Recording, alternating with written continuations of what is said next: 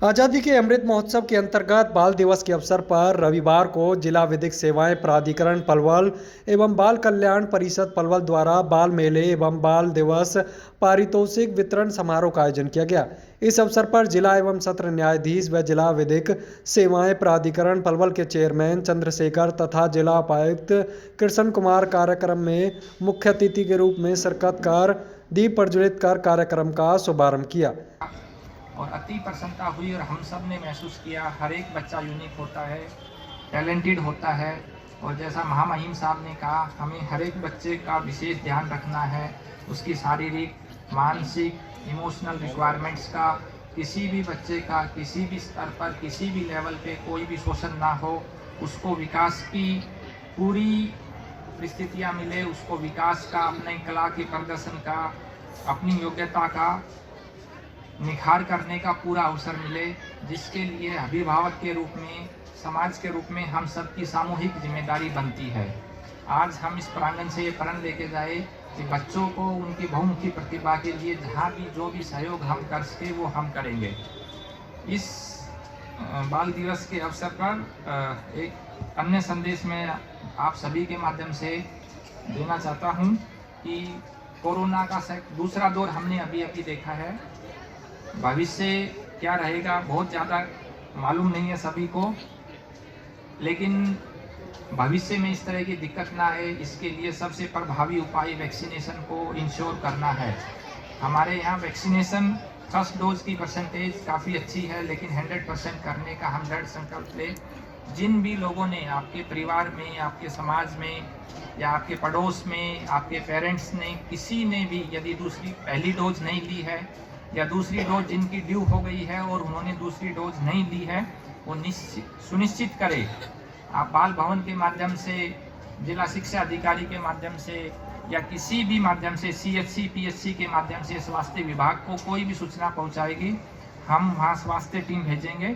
इसके अलावा भी हर घर दस्तक कार्यक्रम के तहत हर डोर टू डोर स्वास्थ्य विभाग की टीम, आंगनवाड़ी, आशा, ANM, नंबरदार, BLO, 3-4 लोगों का एक ग्रुप बना के हमने टीम बनाई है। हर एक विलेज लेवल पे वो वोटर लिस्ट लेके ना हर घर में जाएंगे, हर व्यक्ति का टीकाकरण सुनिश्चित करेंगे। तो मेरा आप सबसे निवेदन है कि इस सुरक्षा कार्यक्रम में अपना सहयोग दे, अवेयरनेस करे, और जो भी लोग जिन्होंने पहली डोज नहीं ली है वो उनकी 100% डोज सुनिश्चित करें, पहली डोज तो। और जिनकी दूसरी डोज, पहली डोज लेने के 84 डेज के बाद जो भी एलिजिबल हैं वो भी अपनी दूसरी डोज ले। आज जब हम यहाँ आ रहे थे तो बहुत सारे विभागों के बहुत अच्छे स्टॉल लगे हुए हैं। तो मुझे भारत सरकार का एक और कार्यक्रम, महत्वपूर्ण कार्यक्रम जो चल रहा है, उसको मैं शेयर करना चाहूँगा। ई-श्रम पोर्टल, भारत सरकार के श्रम लेबर डिपार्टमेंट ने ई-श्रम पोर्टल लागू किया है। उसका मकसद ये है कि जो भी अनऑर्गेनाइज सेक्टर के लेबरर्स हैं, जिनको विभिन्न सामाजिक सुरक्षा के उपाय जिनको हासिल नहीं है, उन सभी का ई-श्रम पोर्टल पर रजिस्ट्रेशन कराया जाए।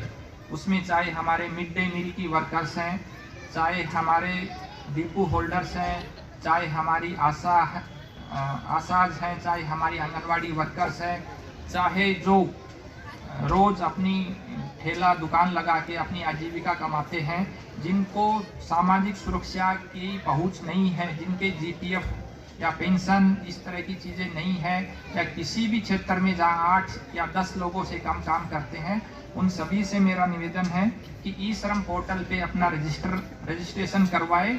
उसके लिए आपका आधार नंबर, मोबाइल नंबर, 2 चीज़ों की ही ज़रूरत है। और इसके माध्यम से आपका रजिस्ट्रेशन होने के बाद गवर्नमेंट ये सुनिश्चित कर सकेगी कि विभिन्न सामाजिक सुरक्षा की योजनाएं जो सरकार समय समय पे चलाती है, वो समाज के इन वर्गों को जो रिलेटिवली किसी भी सुरक्षा कार्यक्रम के तहत नहीं आते हैं, उनको हम टच कर सके, उनको ये सुविधाएं प्रदान कर सके। किसी भी कॉमन सर्विस सेंटर पे आप जाके ये सब करा सकते हैं। तो मेरा आपसे निवेदन है कि आपके घर में काम करने वाले, असंगठित क्षेत्र के, आपके दुकान में काम करने वाले, आपके खेत में काम करने वाले, कहीं भी कोई भी असंगठित क्षेत्र का है, उसको आप प्रेरित करें। जिम्मेदार नागरिक के नाते आपकी और मेरी ये जिम्मेदारी बनती है कि मुझे किसी प्रोग्राम की, किसी कार्यक्रम की जानकारी है, वैक्सीनेशन की जानकारी है, ई श्रम पोर्टल की जानकारी है, उसको अपने तक सीमित ना रखे। अपने आसपास आपके घर में कोई काम करता है, आपके दुकान में जाते हो, वहाँ तक भी ये मैसेज लेके जाए, ताकि वो भी इन स्कीम और इन कार्यक्रमों का लाभ उठाए। मैं पुनः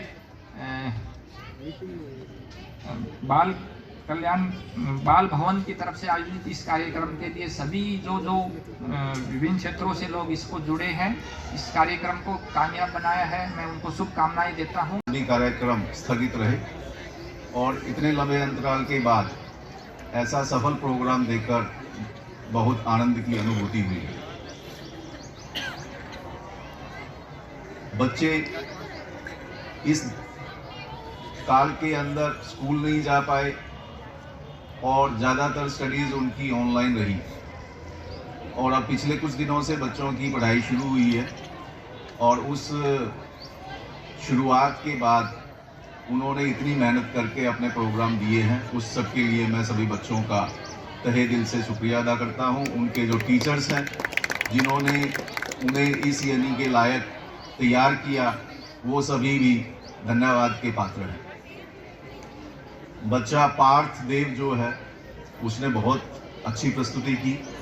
भारतीय संस्कृति को सजोकर रखने में उसके माँ बाप ने बहुत मेहनत की है, मैं उनका धन्यवाद करता हूं।